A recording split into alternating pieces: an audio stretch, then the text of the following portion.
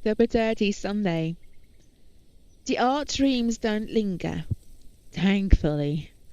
But with the morning comes another disturbance. Both too loud and too sharp for my tastes.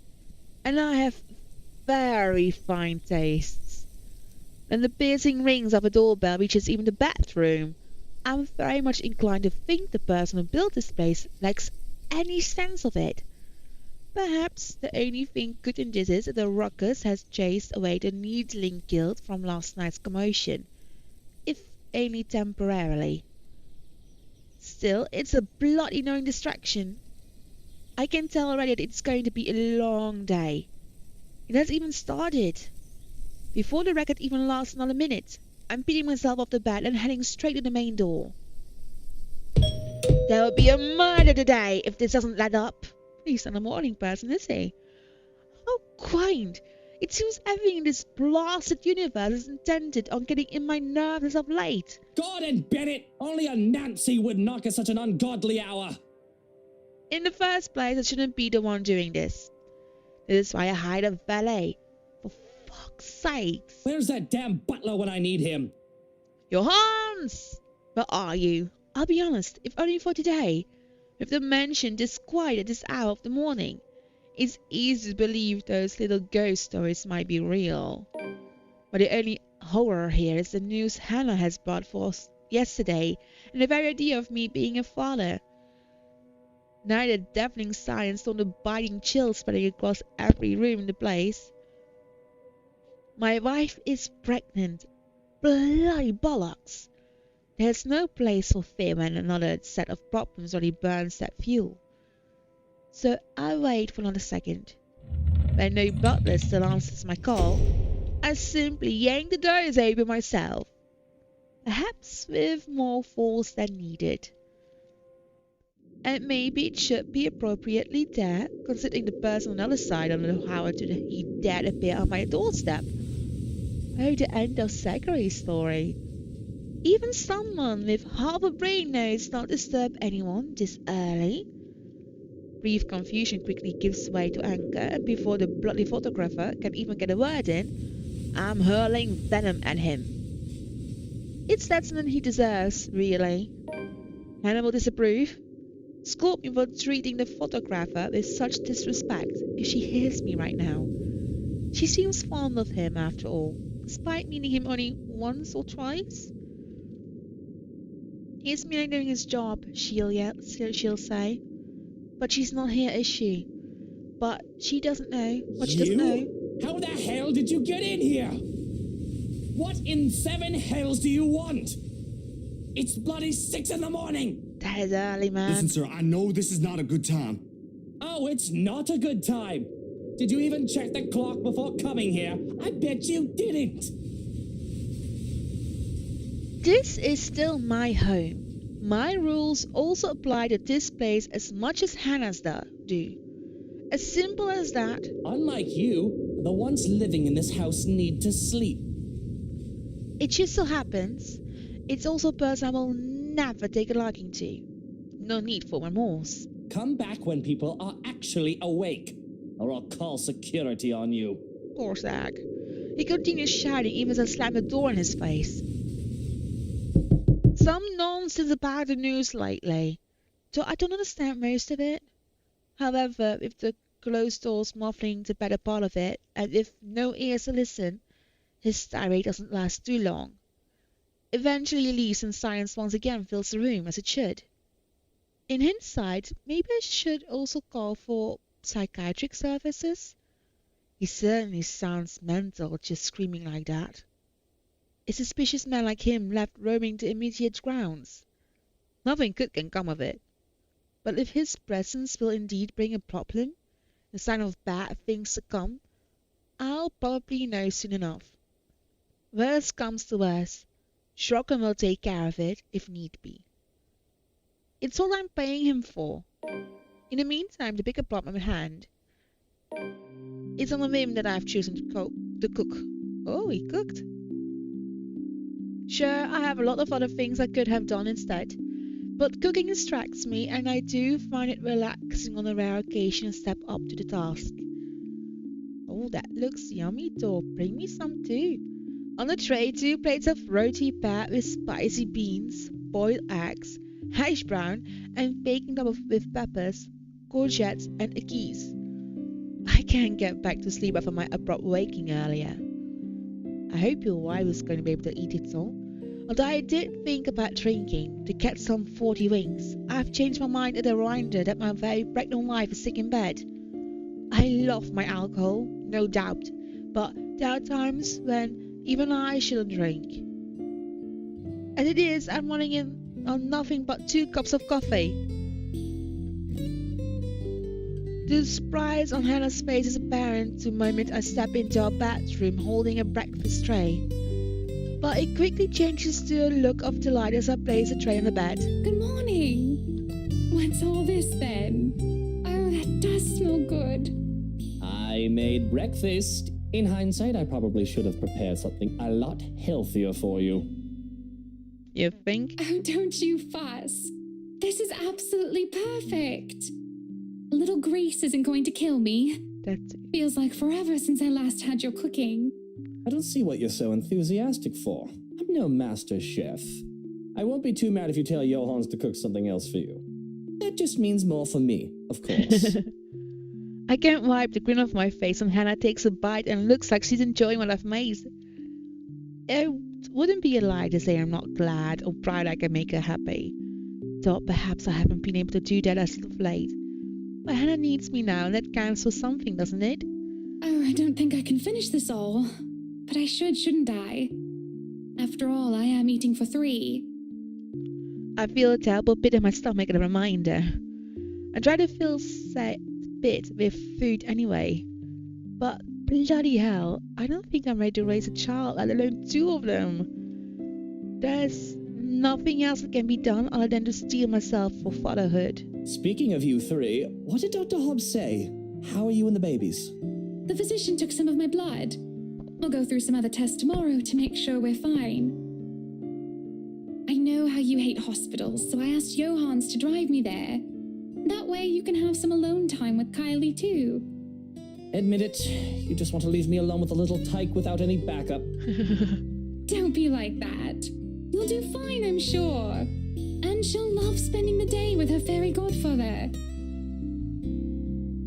Of course, I can't just look at it like it's practice. I do want to be a good father, right? Not like my own, though I don't think any practice in being a parent would have helped him.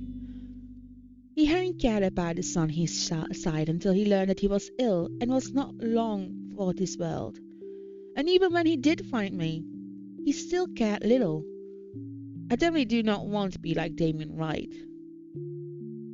What should I say?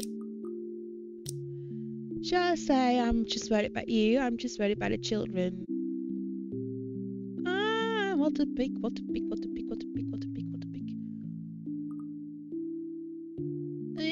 Well, she's going to get more about the children. I'm just worried about the children. I'm just worried about the children, Hannah. There we go. I know you can take care of yourself just fine. You're one tough cookie. Sorry.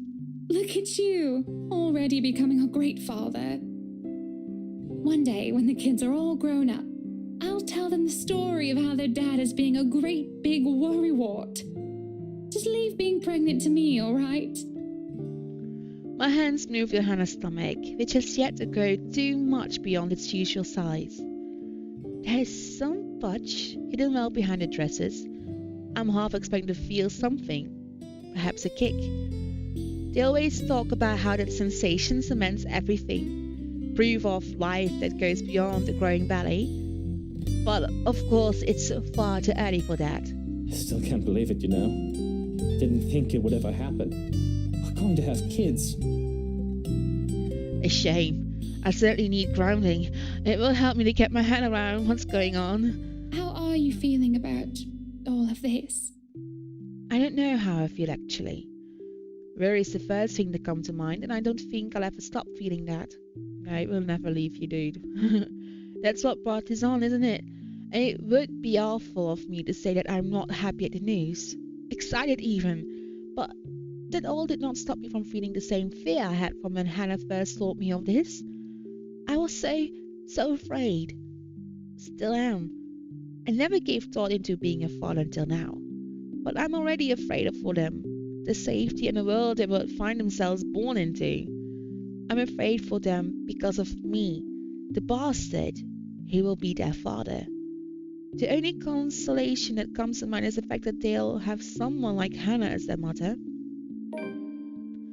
Like I told Miss Pink, I never wanted to spawn anything. So I truly did not mean to call a child, even an unborn one, an abomination. Of all the people in this room, I'm the one closest to being a monster after all. I'm all right. You're good, so I don't see why I shouldn't be. I'm not the one carrying a pair of brats around in my belly, am I? Just think about it. 2 tiny humans are inside of you and you're going to swell up like a watermelon. If you can get through this, so can I. I'm afraid. But the smile that Hannah gives me is enough for me to believe that everything will be fine. We eat the rest of our meal in companionable silence, and if I shuffle some food off my plate onto Hannah's, she makes no comment on it. Come on then, sunshine. Eat up. Can't have any of you starving on my watch now, can I? I say it in a joking manner, but I'm entirely serious about making sure they didn't starve in any sense of the word. I know it is an impossibility to be lacking when it comes to food, with how well off we are, but there are other things a person can be starved of. Affection, attention. I can probably think about a third word that starts with the letter A, but I digress. Soon enough, our plates are clear and I put them away. There is no objection to it either, as a quiet yawn escapes her lips and her eyes start to droop. Indeed, the urge to sleep is high after having a full meal and with an inviting bed. But sleep isn't what I want or need right now. I'm quiet as I can be when I make my exit, tray of food in one hand, which I'm quick to pass off to Johannes as soon as I see him. Johannes, look after her. I just need to get out. Stretch my legs, clear my mind, think. I don't think having screaming, crying babies will give me much time for that once Hannah gives birth. I could still Is everything all right? Should I be worried? Everything is good. Really. Best I've ever felt in quite some time, I think. Well, I think that's cause for concern. Shall I expect to find a corpse in need of cleanup? Aye. I can only shake my head and grin. The deadpan delivery both amusing me and make me wonder if he's joking or not. It can easily be half and half. There has been an instance or two where that did happen. But I don't give him an answer. Let him keep guessing and step out for a breath of fresh air. Grey skies loom over in the horizon, though the sun fights for every precious minute it gets to stay. It'll rain again soon, with rain bringing along the gloomy clouds normal to Luxbourne. Until then, it doesn't hurt to be out here for fresh air and sunshine. I'll walk to the gardens. What little of it there is at the moment anyway, and kneel by the daffodils. These were the first to be brought here and planted on my request, and if nothing else, they brought in a sense of peace. Ah, they were mother's favourites, so it's linked to his mother. Closing my eyes, I lift my chin up to welcome the light that shines upon me, and for a minute I can imagine myself as one of the flowers, peaceful, blooming, and all too happy to stand in its warmth. Life would be much easier if we were all like flowers, wouldn't it? But I didn't step out here to get all philosophical. I have problems much more practical than figuring out the meaning of life, after all. Too many things have gone on these past few days, and I want to forget about them, even for just a moment. It's almost All Saints, isn't it? To think I've almost forgotten. I speak the words absent-mindedly. The date means nothing to me, as I neither worship religion nor have any graves to visit. After all, Mother was never given a proper burial. But it's a date as good as any for me to grieve. Otherwise, I would have done so every single day, grieving myself and shutting everyone else out. I can remember how the flames licked at her flesh and how it consumed her body until there was nothing left but ash. I stood there, watching the operator and a social service worker. I could have been alone for all I cared. I felt alone. It was the most that could be done. No one would attend to the funeral of a dead prostitute, let alone pay for it.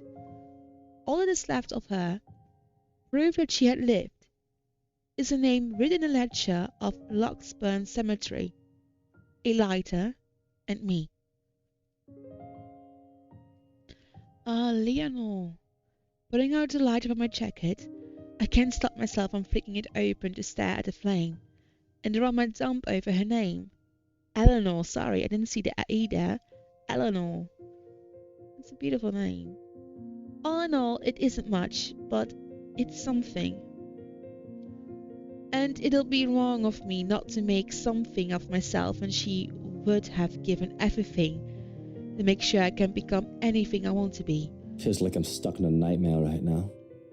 What I would give to have you here by my side, Mother dear. To see you smiling at me. Alive and as beautiful as ever. I'm afraid I'm starting to forget what your face looks like. I've already forgotten the shade of your hair.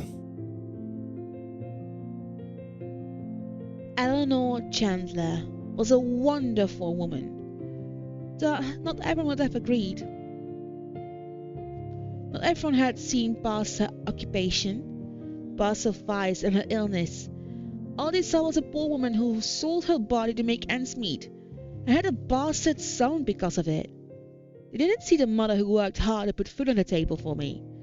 The woman who gave and gave and gave to me while expecting nothing in return. She taught me the merits of hard work, but though I loved her so, I worked hard for myself.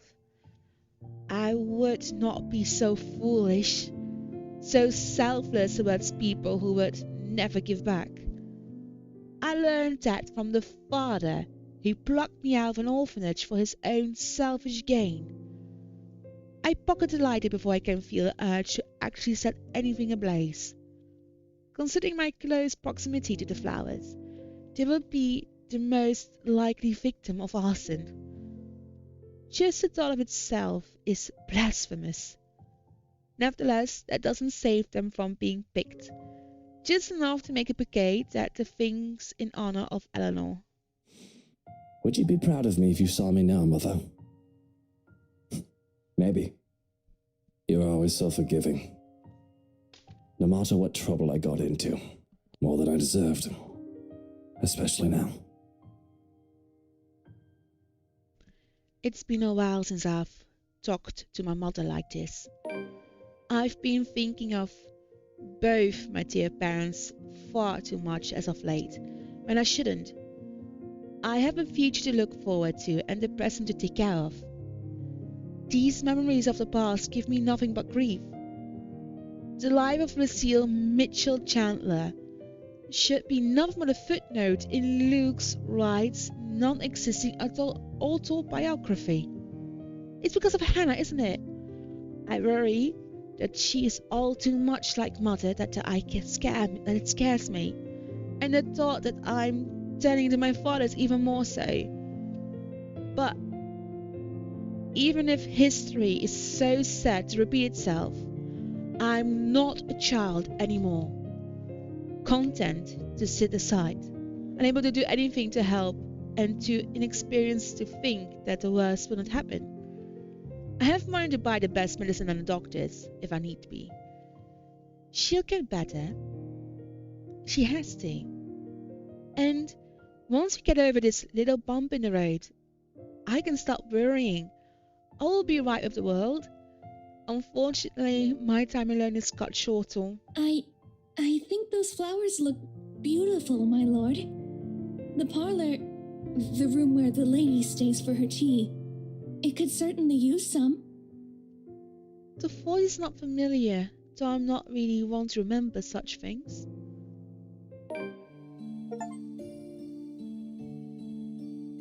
Going with her attire, I would say she's one of the housekeeper. Strange, considering I've sent all of the stuff but your hands away. And her face, as pretty as it is unfamiliar to me. It would be a lie if I said it didn't set me on edge. Most would say that I care little for my employees, but isn't entirely untrue. However, I'd like to think I know the people who work for me, especially those who would roam my home, even if it's just a face and a name.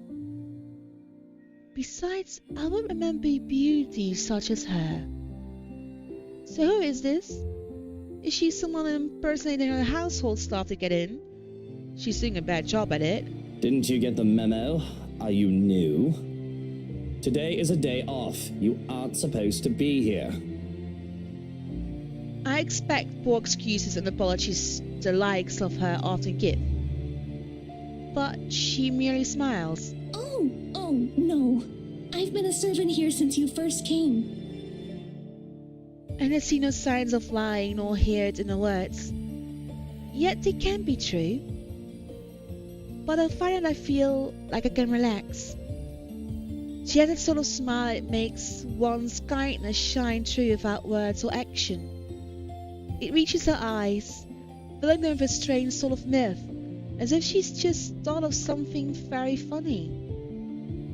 Perhaps had it been any other person, I would have interpreted it as a deceitful grin. But the curl of her lips and the shine of her eyes are too soft to hold any malice. She takes my signs as a sign that she can continue, and it's not like I feel any urgency to stop her. I'm not really in the mood for company, but I'm not adverse at the moment either. Entertaining a beauty like her, even for a little while, wouldn't hurt. It helps that she proves easy to listen to, despite how oddly she speaks. I'm sorry. I apologize. I shouldn't have bothered you. Look at me, talking to the master of the house without even asking for permission. What will the others think? If you'll excuse me, I'll just... I haven't driven you away yet, have I? And it's your day off. I don't see why we can't chat a bit. Of course. If that is what you wish.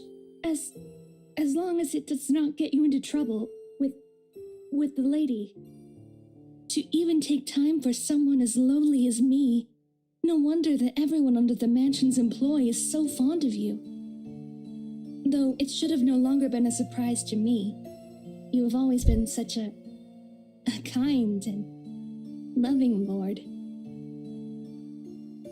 I have to stop myself from calling her out on her shite.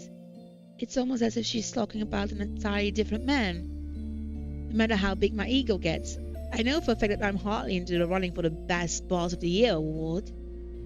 The only reason that most of my staff stay is because of the decent compensation. I'm not cheap. But if she wants to lay it on thick, I'll allow it. Who wouldn't want a beautiful woman complimenting them? I'm sure she'll be fine with this. We are just talking after all. Unless you had other things on your mind when you approached me. The words leave my mouth before I even realize what I've said. I panic a bit, though I can't get away with picking up women out in the city. Sometimes even out of the county. I've always taken care not to do so in my home or in my business. Not when it'll be so easy for Hannah to find out about my infidelity through these channels. So, seriously, I still don't see what the big deal about it is. I just have an itch I need to scratch. I know it must be amusing to see a girl flustered for a man of your stature, but please don't say such things, my lord. I saw you alone and simply thought you could use some company. Thankfully, and I don't count my lucky stars, it seems the woman takes it as a joke rather than the casual pass it was intended to be. So how are you liking your work around the mansion? The place is wonderful, but I imagine the upkeep is ungodly with all the rooms and whatnot. I don't even want to think about how many people are on the staff roster. Work is work, my lord. It is a way of living. A purpose from day to day. It is certainly far better than doing nothing or having no food to eat. The house itself is also beautiful. There's no lack of things to look at. I'm sure you've seen those books in the study. I can't read any of them yet, but if given the chance, I'm sorry. I shouldn't be thinking of those things. Especially when the rains, they might bring more work to us soon. It will definitely be much more difficult when it returns. Idling about is the least I should be doing. I guess you can put it that way if you want to be brutally honest about the whole thing. And the rain shouldn't be a problem. Hopefully. Maybe. If a little dreary, at least she doesn't beat around the bush. I like the honesty. Many will bemoan their status as a household staff, as a janitor or other menial role, and believe themselves to be for greater things. And I would not begrudge the idea that one can always get better. But one shouldn't be so discontent with what they have either. The rain is something I simply must get accustomed to if I am to live here. I've not spent long in this place after all, but I have been told that it has rained in this nation since a mother's time and their mother's time. There is little we can do about it. I am just glad to have time in the sun, even for a short while. Isn't that the truth? Really, these sunny days have been welcome, though I can't imagine they'll last for long.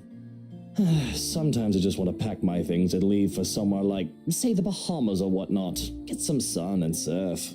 But certainly, you will return for us, won't you? This is your home, after all. Your people, they won't be pleased if the master of the house leaves. Of course, I can't very well leave my businesses hanging here, can I? I just wish I could actually trust people enough to go on vacation without taking work with me. I've also got to get back here if I ever want proper meals. A proper pudding is something you'll never find out there. The woman nods in understanding, and I must say that she makes for a fine listening ear. So what she says next gives me pause, whether she meant for me to hear it or not. And good tea. From what the cook has been telling me, I've yet learned how to prepare one. Perhaps once I do, it would endear the lady of the house to me. I never expected her to be so unkind after what she did for me. Though it's only if one catches her in a foul mood. I wish I knew how to avoid her anger. I highly doubt she means Hannah. That woman rarely has a mean bone in her body. And when she actually is nasty towards someone else, it's usually deserving enough. Much like with that Rochelle woman. Hell, she even tolerates healthy for me, if she did admit that she doesn't quite like the man. She must mean the head housemaid, right? I have to laugh at that. Not that I have room to speak. I don't deal with her myself anymore, though even your Hans has a few choice words about the head hag. She's just been on the right employ when she was also a head housemaid for my father. And if anyone's not going to get along with someone, it'd be that gotchety old woman. I don't even remember her name, but the woman had been the strict, up-straight bitch who took one look at me, her master's bastard son, and turned her nose up as if she were better by mere consequence of birth. That and she absolutely loathed my very existence. Perhaps the rumors have been true. She had a miscarriage while bearing another one of dearest father's children, and she saw me as an obstacle to her being granted a better standing in life. I remember that much at least. The only reason I haven't sacked her yet is because of her competence. Also because working under my household makes her absolutely miserable. Her resignation made impossible by her pride. Nobody really gets along with that woman. I think everyone just tolerates her because of how old she is. I mean, not to be rude or awful or anything, but she's at the age where she'll be pushing daisies soon enough. Is she? Really, my lord? I'm sure the lady is much younger than that. He's talking to the ghost. I think the thought of tormenting the young and beautiful gives her reason to live. It does seem that way, though I feel sorry for her. One's life should not be wasted away on hatred and anger. It is never good for the heart or the head to always carry ill thoughts. But at the least, you are here for us. We are certainly so lucky to have a lord like you. The lady even more so. The gods smile down on her. Though, if I may be honest, she is to be envied. Even when I have my suspicions about her, she's just so easy to talk with that I've forgotten. I don't know who she is and if she's actually one of the household staff. That'll explain why she would so easily give obviously wrong statements about my character. So, if she's here for malicious reasons, should have done more than do small talk with me by now, wouldn't she? I have so many questions. Perhaps curiosity will kill this cat. It's strange that I've never seen you before. What's your name? You do not remember? I don't believe you've mentioned it, or am I missing something? You still cannot comprehend it, can you, my lord? Aye. Her answer chips away at the good mood I'm starting to get into. I have every right to be angry at the cryptic response. She threatens insubordination with her very presence alone. But instead of hurling vitriol at the woman, I take a deep breath. I do not want my mood ruined further than it already is. Not right now, and I can let my temper take its course any other time. Whatever your name is, and no matter how long you've been working for us, that does not change the fact that you shouldn't be here. I'll call you a cab to bring you to the city if you want. No need for that. Shouldn't I? What if I do not wish to leave? I merely desire to stay by your side and serve. Is that such a deplorable thing? Oh dear Lord. Her gaze sends chills down my spine. It's too easy to see the devotion, the obsession in her eyes. Not the good sort either, as the scrutiny makes me feel like I'm laid bare. The offness of her presence is also the more palpable with the feeling of bugs crawling on my skin, and the silence that makes it seem as if the world has stopped. Any friendly atmosphere we might have had going for us is completely forgotten. Danger. A small part in the back of my mind screams. The part that has kept me alive all these years. And in hindsight, I'd be stupid not to take heed of it. But I've grown arrogant, complacent, and gone to hide behind wealth and power. Yes, it's a deplorable thing, as you said, because I'd like to be alone now. Thank you very much. If you didn't want the day off, you should have reported to your superior. This is utterly unprofessional of you, and I shall be issuing complaints.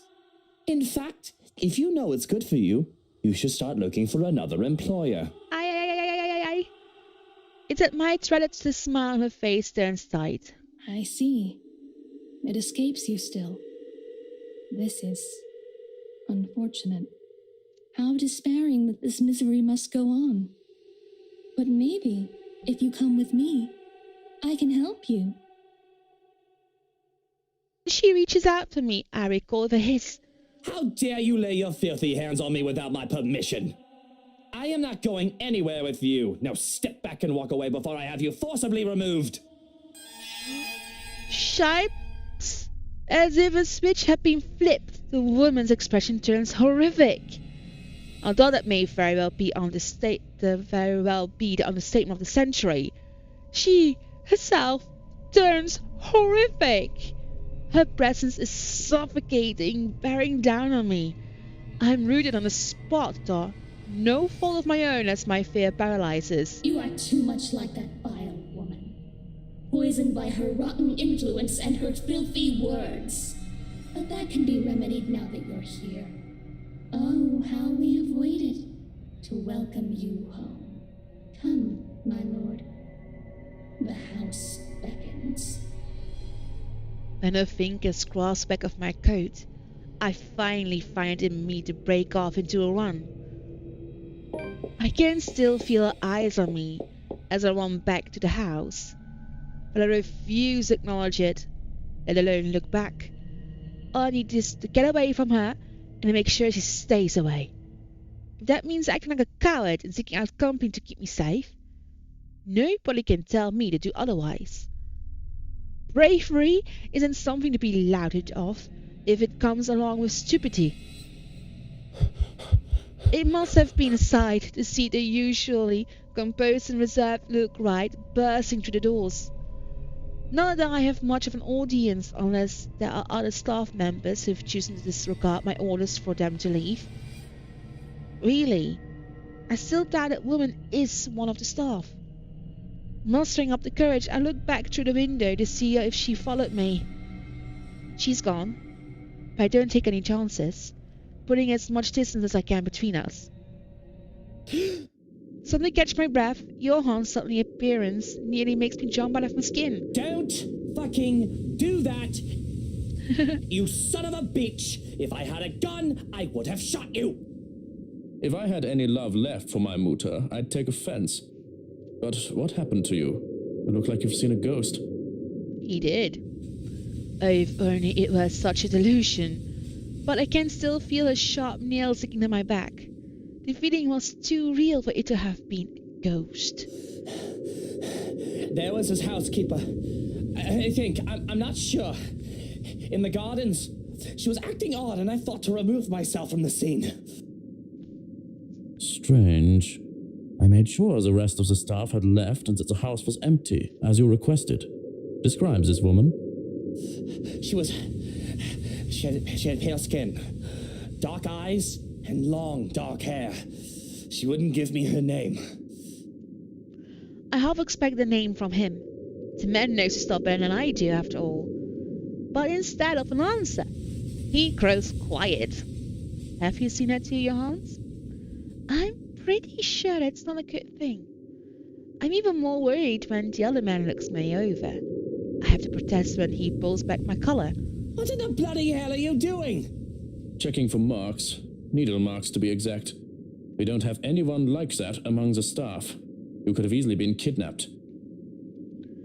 A cold feeling settles itself over me as I thought.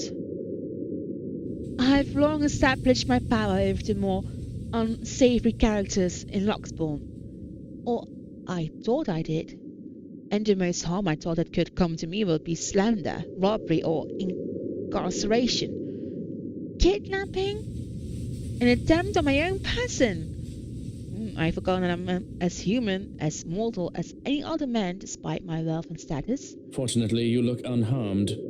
But I advise that you be accompanied by trusted individuals at all times from now on. If not me, an assigned guard. I'll be informing them of this soon as they return from their day in the city. Already I can feel the energy leave me at the realization of what could have been. All right. Yes, I suppose we should do that. But I think I'd like to call it a day. I should be safe in bed, yes? I'll stand guard outside for the night. The madam has been inquiring about you, by the way. A guard. Any other threat, and he alone will be enough to make me feel safe. But what I saw, whatever it is I saw, will one man be enough? That's all well and good, but there's something else. That housekeeper, she... Luke, you're home. Oh my god, she's I was coming. worried about you. The grin that I can muster is properly lopsided. Paul says I snap my mouth shut to keep myself blabbing about witches and monsters. Because here I am, standing in the hallway, dirt on my pants legs and sweat toppling my forehead. A far cry from my usually pristine condition. I don't want to worry Hannah. I cough. What happened to you? You look like you wrestled in the mud and moss, dear. And those flowers. Were you gardening? What? Oh, these. I didn't realize I still had them. I really did not. But there they are, still in my grip, the daffodils I had taken from the garden. Even in the wake of my flight, I had refused to let go of them whether I was conscious of it or not. Shall I put them in a vase? Yes, please. Should I? What should we do? Give them a Hana. There we go. Perhaps I did it to save face, or maybe a small part of me really had planned to take them for her.